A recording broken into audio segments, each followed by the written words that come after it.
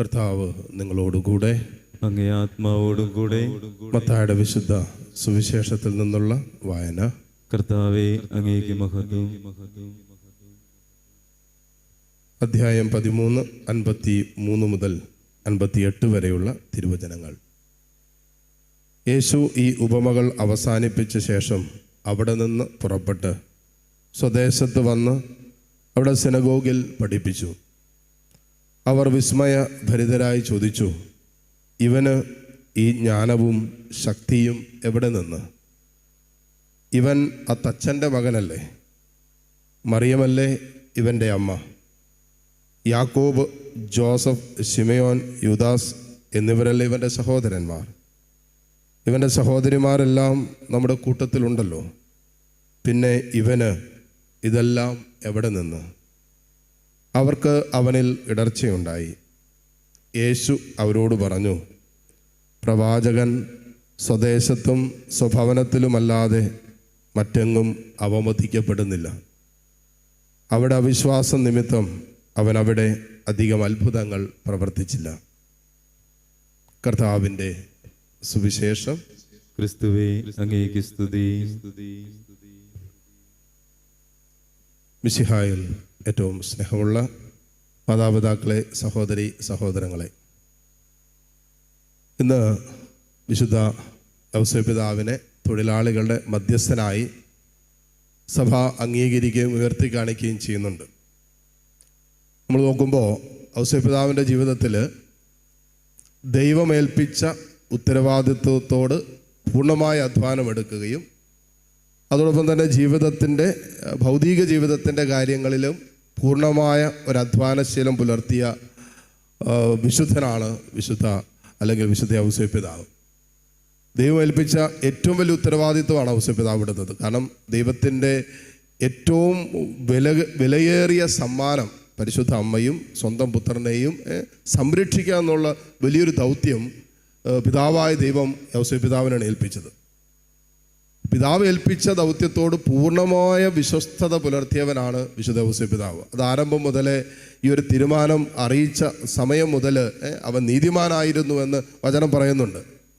ഔസേപ്പിതാവിൻ്റെ നീതിബോധമാണ് താൻ ജന്മം കൊടുക്കാത്ത ഒരു കുഞ്ഞിനെ, അമ്മയെ ഒക്കെ സ്വീകരിക്കാൻ തക്ക വിധത്തിൽ ദൈവത്തിൻ്റെ ആത്മാവ് പ്രവർത്തിക്കുകയും ദൈവസ്വരം കേൾക്കുകയും അങ്ങനെ ഔസേപ്പിതാവ് ദൈവഹിതത്തിനനുസരിച്ച് ദൈവീക പദ്ധതിയോട് വിധേയപ്പെടാൻ തയ്യാറായത്. തീർച്ചയായിട്ടും ആ വിധേയപ്പെടലിൻ്റെ ഭാഗമായിട്ടാണ് താൻ ഒരു തച്ചനായിരുന്നു, മരപ്പണിക്കാരനായിരുന്നു, അതിനോടും പൂർണ്ണ വിശ്വസ്ത പുലർത്തി. കാരണം എന്താ? ഭാര്യയെ മകനെ നോക്കണം. അതുകൊണ്ടാണ് ഈശോ പോലും തൻ്റെ പരസ്യ ജീവിതകാലം വരെ അറിയപ്പെട്ടുകൊണ്ടിരുന്നത് അവനാ തച്ചൻ്റെ മകനല്ലേ എന്നുള്ളതാണ്. അവനാ തച്ചൻ്റെ മകനല്ലേ. നമ്മുടെ ഇന്നത്തെ കാലത്തൊക്കെ പല പിള്ളേരുടെ ഒരു പ്രശ്നം എന്താണെന്നറിയാവോ? മാതാപിതാക്കൾക്ക് എന്തെങ്കിലുമൊക്കെ വില കുറഞ്ഞ ജോലിയാണെങ്കിൽ അവർക്കത് പറയാൻ വരെ മടിയാണ്. പറയാൻ പോലും പബ്ലിക്കിൽ അത് പറയാൻ പോലും മടിയാണ്. എൻ്റെ അപ്പനൊരു കൂലിപ്പണിക്കാരനാണ്, എൻ്റെ അപ്പനൊരു തച്ചനാണ് എന്നൊക്കെ പറയുമ്പോൾ അത് വലിയ വില കുറഞ്ഞ എന്തൊരവസ്ഥയായിട്ട് കാണുകയാണ്. വിദേശ രാജ്യങ്ങളിൽ പോകുമ്പോൾ നമ്മൾ ആശ്ചര്യപ്പെടുത്തുകയും അതോടൊപ്പം തന്നെ നമുക്ക് അഭിമാനവും സന്തോഷം തോന്നുന്നൊരു വിഷയമാണ്. എല്ലാ ജോലിക്കും അതിൻ്റേതായ അഭിമാനവും അതിൻ്റേതായ പ്രശംസയും അവിടെയുണ്ട്. ഒരു ജോലിയും വില കുറഞ്ഞതായിട്ട് അവർ കാണുന്നില്ല.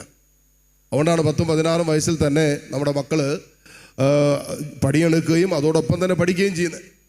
16 വയസ്സ് കഴിഞ്ഞാൽ നമ്മുടെ പിള്ളേരൊക്കെ ഇവിടെ നിന്ന് നാട്ടിൽ നിന്ന് പോകുന്നവരാണെങ്കിൽ പോലും, അല്ലെങ്കിൽ അവിടെ സെറ്റിലായവരാണെങ്കിൽ പോലും 16 വയസ്സ് കഴിയുമ്പോഴേ അവർ അധ്വാനശീലമുള്ളവരാണ്. അവർക്ക് പഠിക്കാനുള്ളതും അവരുടെ ഭാവിയുമായി ബന്ധപ്പെട്ടതൊക്കെ അവർ തന്നെ ഏതെങ്കിലും ഹോട്ടലിൽ പോയി പണിയെടുത്തോ പെട്രോൾ പമ്പിൽ നിന്നോ എന്ത് ജോലി കിട്ടിയാലും ചിലപ്പോൾ ഒരു ദിവസം 2 മണിക്കൂറോ 3 മണിക്കൂറൊക്കെ ഉള്ളായിരിക്കും.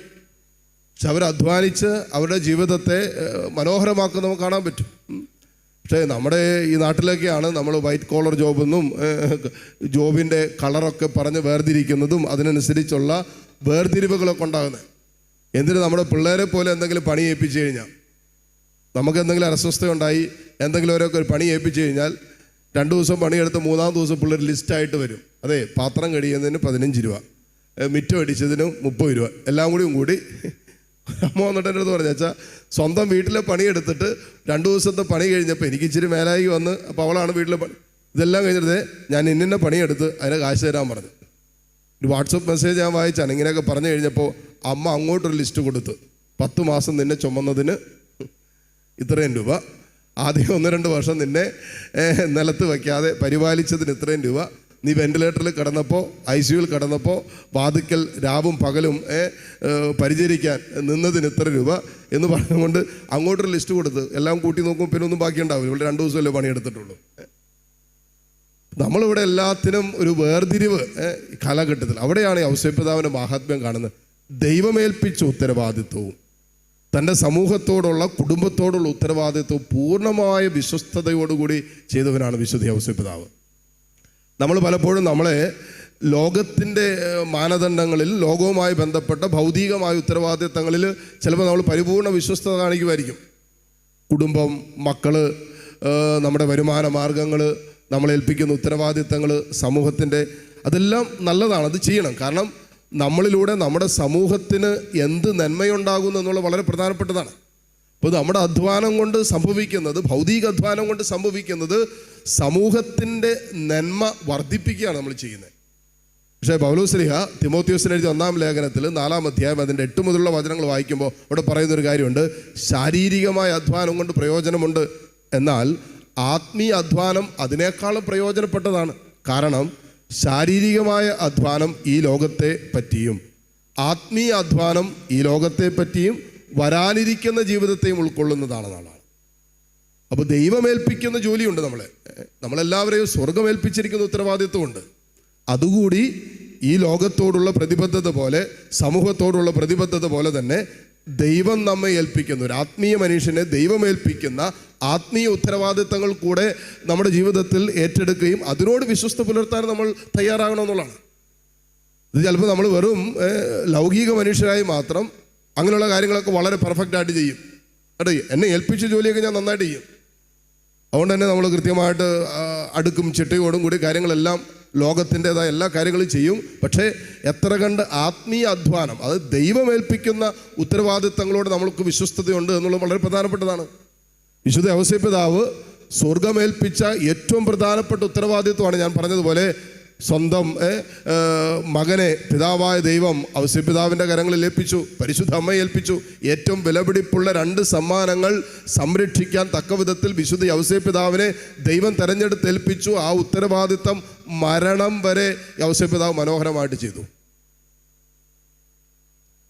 ഗർഭിണിയായ ഒരു സ്ത്രീയെ കല്ലെറിഞ്ഞ് കൊല്ലപ്പെടേണ്ട ഒരു അവസ്ഥയിൽ അവളെ പരിരക്ഷിച്ചു.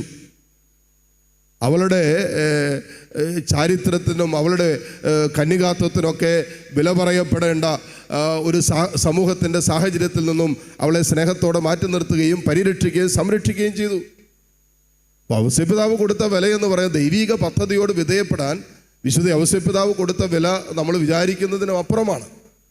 നമ്മൾ നമ്മുടെ കുടുംബത്തെയൊക്കെ പോറ്റാൻ, മക്കളെയൊക്കെ വളർത്താൻ, നമ്മുടെ സമൂഹത്തിൽ നിലയും വിലയൊക്കെ ഉണ്ടാകാൻ, അത്യാവശ്യം ഒരു വീടുണ്ടാക്കാൻ, ഒരു ഭവനമൊക്കെ എന്തോരം നമ്മൾ കഷ്ടപ്പെടുന്നുണ്ട്. ചിലരുടെയൊക്കെ ജീവിതത്തിൻ്റെ ആയുഷ്കാലം മുഴുവനും ഒരു ഭവനത്തിന് വേണ്ടി അധ്വാനിക്കുന്നവരായിട്ട് മാറാറുണ്ട്. ചിലവരൊക്കെ മാതാപിതാക്കൾ തങ്ങളുടെ ചോരയും നീരും ഒക്കെ കൊടുത്ത് മക്കളെ ഏതെങ്കിലുമൊക്കെ ഒരു നല്ല നിലയിൽ എത്തിക്കാൻ വേണ്ടി പട്ടിണി കടന്നും ദാരിദ്ര്യം കടന്നും കടമെടുത്തും ലോൺ എടുത്തും ഒക്കെയാണ് മക്കളെ വളർത്തിക്കൊണ്ടിരിക്കുന്നത്. അത്ര കണ്ട് ഭൗതികമായ അധ്വാനത്തിൽ നമ്മൾ വ്യാപരിക്കുമ്പോൾ സ്വർഗത്തിൻ്റെ അധ്വാനം കൂടി ഏറ്റെടുക്കേണ്ടവരാണ് എന്നാണ് ഇന്നത്തെ ഈ തിരുനാൾ നമ്മൾ ഓർമ്മപ്പെടുത്തുന്നത്. ആദ്യവാനെ നമ്മൾ കണ്ടു, അപ്പസ്തോലന്മാർ അവർ കർത്താവിൻ്റെ നാമത്തിൽ സുവിശേഷ പ്രഘോഷണം നടത്തുക. അവരുടെ ഇടയിൽ ഒരു ഭിന്നതയുണ്ടായി. പരിച്ഛേദനം സ്വീകരിക്കാതെ ആരും സ്വീകരിക്കാൻ പറ്റില്ല എന്ന് ചില യഹൂദ കൺവേർട്ടായിട്ടുള്ളവർ പറഞ്ഞു. അപ്പോൾ പൗലോസും ബർണ്ണബാസും സമ്മതിച്ചില്ല. കാരണം എന്താ? പരിച്ഛേദനം സ്വീകരിക്കാതെ തന്നെ വിജാതിയരുടെ ഇടയിൽ ദൈവത്തിൻ്റെ ആത്മാവ് പ്രവർത്തിക്കുന്നു ശക്തമായിട്ട്. ഇങ്ങനെ ഒരു ഭിന്നതയുണ്ടായപ്പോൾ അവർ പറഞ്ഞു, നമുക്കൊരു കാര്യം ചെയ്യാം, നമുക്ക് അപ്പസ്തോലന്മാരുടെ അടുത്ത് പോയിട്ട് അത് ചർച്ച ചെയ്ത് തീരുമാനിക്കാം. നോക്കിക്കേ, അവിടെ ഒരു അസ്വസ്ഥ ഉണ്ടായപ്പോൾ, ഒരു ഭിന്നത ഉണ്ടായപ്പോൾ, ഒരു ബുദ്ധിമുട്ടുണ്ടായപ്പോൾ അവർ അപ്പസ്തോലന്മാരുടെ അടുത്ത് ചെന്ന് ചർച്ച ചെയ്ത് ആ വിഷയത്തെ പരിഹരിക്കാമെന്ന് പറഞ്ഞ് ഒരു ആത്മീയ അധ്വാനത്തിലാണ് അവരെല്ലാം. പക്ഷെ അവിടെ ഒരു അസ്വസ്ഥതകൾ ഉണ്ടായപ്പോൾ ഒരുമിച്ചിരുന്ന് ആ വിഷയം പരിഹരിക്കാൻ തക്ക വിധത്തിൽ അവർ തയ്യാറായി. നമ്മുടെ ആത്മീയ അധ്വാനങ്ങളിൽ ഉണ്ടാകുന്ന അസ്വസ്ഥതകളിലൊക്കെ ദൈവത്തോട് ആലോചിച്ചാണ് നമ്മൾ പരിഹരിക്കേണ്ടത്. ദൈവം നമ്മളെ ഏൽപ്പിച്ച ഉത്തരവാദിത്തങ്ങളിൽ, ദൈവം നമ്മളെ ഏൽപ്പിച്ച ദൗത്യങ്ങളിലും നമ്മൾ അസ്വസ്ഥരാകുമ്പോൾ, ബുദ്ധിമുട്ടുകൾ അനുഭവപ്പെടുമ്പോൾ പ്രതിസന്ധികളിലൂടെ കടന്നു പോകേണ്ടി വരുമ്പോൾ ദൈവത്തോട് ആലോചന ചെയ്ത് ദൈവിക തീരുമാനത്തിൽ നമ്മെ പുനഃപ്രതിഷ്ഠിക്കാനും നമ്മൾ തയ്യാറാകണം. അല്ലെങ്കിൽ നമ്മുടെ ആത്മീയ അധ്വാനം വൃഥാവിലായിട്ട് മാറും. പൗലോസിലെ ഫിലിപ്പിയർക്ക് എഴുതിയ ലേഖനം 2-ാം അധ്യായം 14 മുതലുള്ള വചനങ്ങളിൽ പറയുന്നുണ്ട്, ഞാൻ ഓടിയതും ഞാൻ അധ്വാനിച്ചതും വൃഥാവിലാകാതിരിക്കാൻ വേണ്ടിയിട്ടാണ് ഞാൻ ജീവന്റെ വചനത്തെ ചങ്കിൽ ഏറ്റെടുത്തിരിക്കുന്നത്, മുറുകെ പിടിച്ചിരിക്കുന്നത്. അപ്പോൾ നമ്മുടെ ഈ ഓട്ടവും നമ്മുടെ ഈ അധ്വാനമൊക്കെ വൃഥാവിലാകാതിരിക്കാൻ, വ്യർത്ഥമാകാതിരിക്കാൻ ജീവന്റെ വചനത്തെ ഞാൻ മുറുകെ പിടിച്ചുകൊണ്ട് ഓടുന്നു എന്നാണ് പൗലോസ്ലീഹ പറഞ്ഞത്. വിശ്വാസത്തിൻ്റെ നാഥനും എന്നെ വിശ്വാസത്തിൻ്റെ ലക്ഷ്യത്തിലെത്തിക്കുന്നവനായ യേശുവിൻ്റെ മുഖം കണ്ടുകൊണ്ടാണ് ഞാൻ യാത്ര ചെയ്യുന്നതെന്ന് പൗലോസ്ലീഹ പറയുമ്പോൾ, ആത്മീയ അധ്വാനത്തിൽ നമ്മൾ മുറുകെ പിടിക്കേണ്ടത് ദൈവത്തിൻ്റെ വചനവും നമ്മൾ ലക്ഷ്യം വെക്കേണ്ടത് കർത്താവായ യേശുവിനെയുമാണ്. ഈ ലക്ഷ്യത്തോടു കൂടി ഭൗതികവും ആത്മീയവുമായ അധ്വാനത്തിൽ വ്യാപരിക്കുവാൻ പരിശുദ്ധാത്മാവ് നമ്മെ സഹായിക്കട്ടെ. വിശുദ്ധ ഔസേപ്പ് പിതാവിൻ്റെ മാധ്യസ്ഥം നമ്മോടൊപ്പം ഉണ്ടായിരിക്കട്ടെ എന്ന് പ്രാർത്ഥിക്കാം. പിതാവിൻ്റെയും പുത്രൻ്റെയും പരിശുദ്ധാത്മാവിൻ്റെയും നാമത്തിൽ ആമേൻ.